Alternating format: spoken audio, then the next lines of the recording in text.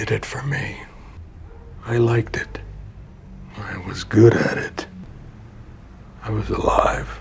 Before all this began, I didn't wake up to a new day. I woke up to another slow suffocation, the loser gasping for air on a treadmill, the teacher explaining chemical reactions that bored even him to a bunch of idiots, the man on his knees, wiping the hubcaps on his student's sports car. That wasn't fucking living, that was barely surviving.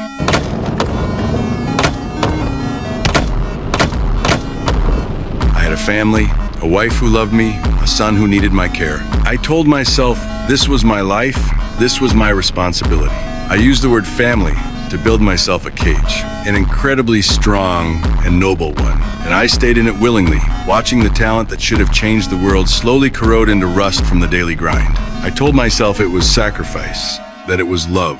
Bullshit, it was weakness. Then the diagnosis came, terminal lung cancer, a death sentence. Everyone thought I was finished. They looked at me with nothing but pity in their eyes. Skylar, Hank, my son, they all pitied me. But what they didn't know was that in that moment, I didn't hear a death knell. I heard a goddamn battle cry. Death gave me a license to rip away every disguise and smash every rule. I was gonna die anyway. What did I have to lose? I went with Hank to that drug bust, and I didn't see a crime scene. I saw more money than I could ever make in a lifetime. Then I saw Jesse Pinkman. That loser who couldn't even remember the simplest chemical equation was somehow making money off of this.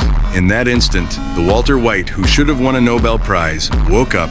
I didn't find Jesse to save him, I found him to use him. I needed his connections, and he needed my brain. You know the business, and I know the chemistry.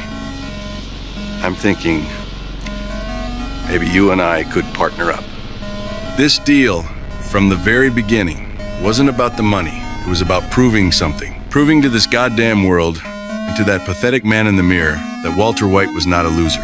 When I took off those clothes, I was shedding 50 years of repression and pretense. When I stood in front of a flask, what I felt was a freedom I had never known.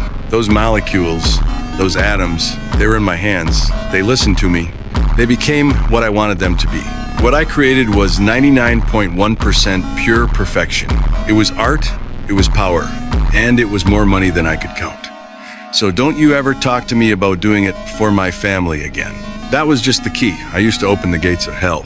When I pushed that door open, I didn't see responsibility. I saw my own true desire.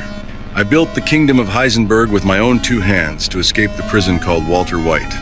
I wasn't walking toward death, I was running toward a new life.